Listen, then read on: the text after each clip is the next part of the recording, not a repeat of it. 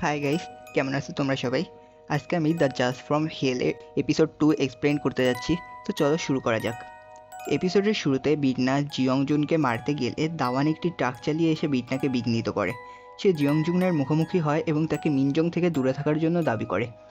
বিটনা দাওয়ানের এই দুষ্কৃতকারীকে মারধর করা থেকে থামায় এবং তখন সেখানে পুলিশ উপস্থিত হয়।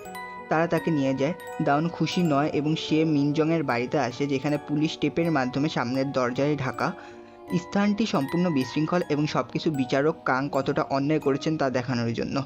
তবে তিনি স্পষ্টতই পরোয়া করেন না এবং জীবন ও মৃত্যুর অর্থহীন চক্র সম্পর্কে প্রতিক্রিয়া জানান। এতে করে 1 বছরের সাজা কোনো পার্থক্য তৈরি করতো না। ডাউন রাগান্বিত এবং সে দ্রুত সিদ্ধান্ত নেয় যে সে গ্রেপ্তারি পরোয়ানা আবেদন করবে। সব বিচারক কাংয়ের মতো নয়, কিশু আসলে ন্যায় বিচার প্রতিষ্ঠা করতে চায়, যা আমাদের জানা কাংয়ের জন্য একটি বিরূপ পরিস্থিতি। এদিকে মিনজ্যাং এখনও বেঁচে আছে। সৌভাগ্যবশত ডাউন সেখানে ছিল এবং তাকে বাঁচাতে সক্ষম হয়। জিয়ংজুনের জন্য গ্রেপ্তারি পরোয়ানা বাতিল করা হয় এবং বিটনা তার ডেস্কে হাসতে থাকে।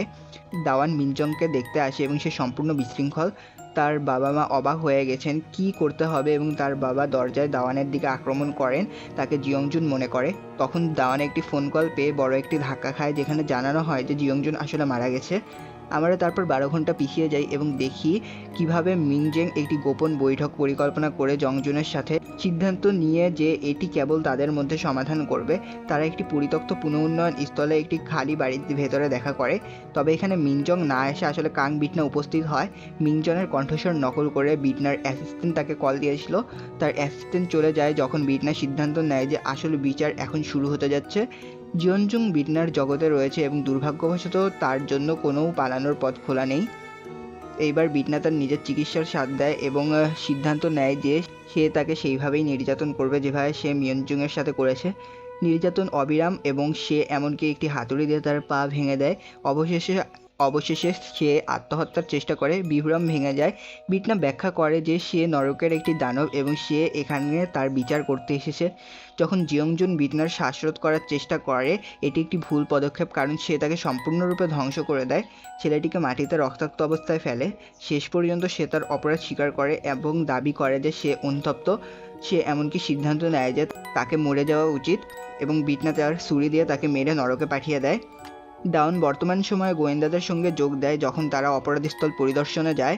তবে স্থানটি অপরাধস্থল মনে হচ্ছে না, কারণ এটিকে সম্পূর্ণরূপে পরিষ্কার করা হয়েছে। এটি নরকের পরিষ্কারক কর্মীদের কাজ।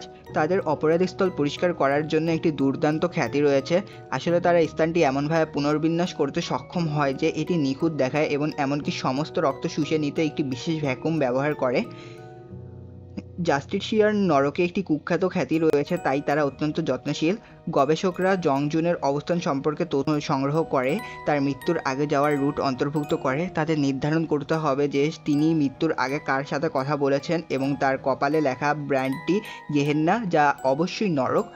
তবে দাওয়ানের জন্য সতর্ক সংকেত বাজছে, কারণ সে জানে যে কেউ আছে যে মনে করে তারা নরকের দানব। বিটনা যদিও মামলাগুলোর ওপর মনোযোগ কেন্দ্রীভূত করতে ব্যস্ত যতক্ষণ না প্রধান বিচারক তাকে ডেকে পাঠান। তিনি জংজুনকে মাত্র একটি জরিমানা দিয়ে মুক্তি দেওয়ার জন্য তার শাস্তি নিয়ে রেগে আছেন। পরবর্তী সিন আমরা জানতে পারি বিটনা অ্যাসেম্বলিম্যান জাং এর ছেলের সাথে বিয়ের জন্য এঙ্গেজ ছিল। নবম পুলিশ স্টেশনে মিনজং দাওয়ানের সাথে দেখা করতে আসে। সে অনেক ভালো আছে এবং আবার কাজেও ফিরে যেতে চায়। তবে সে এই কথাও প্রকাশ করে যে বিটনা তার সাথে চার্চে দেখা করতে এসেছিল। সে তাকে জংজুনকে মরে যেতে চাওয়ার জন্য খারাপ অনুভব করতে নিষেধ করে। সে রাতে বিটনা দাওয়ানের সঙ্গে দেখা করতে আসে।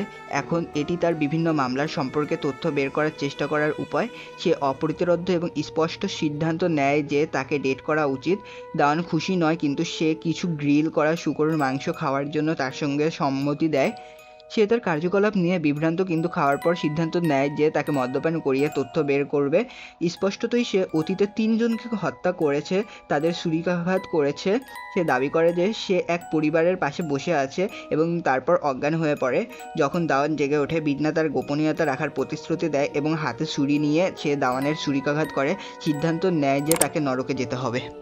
এর পরবর্তী এপিসোডের এক্সপ্লেনেশন শুনতে আমাদের চ্যানেলটাকে লাইক সাবস্ক্রাইব করে পাশে থাকুন। ধন্যবাদ সবাইকে।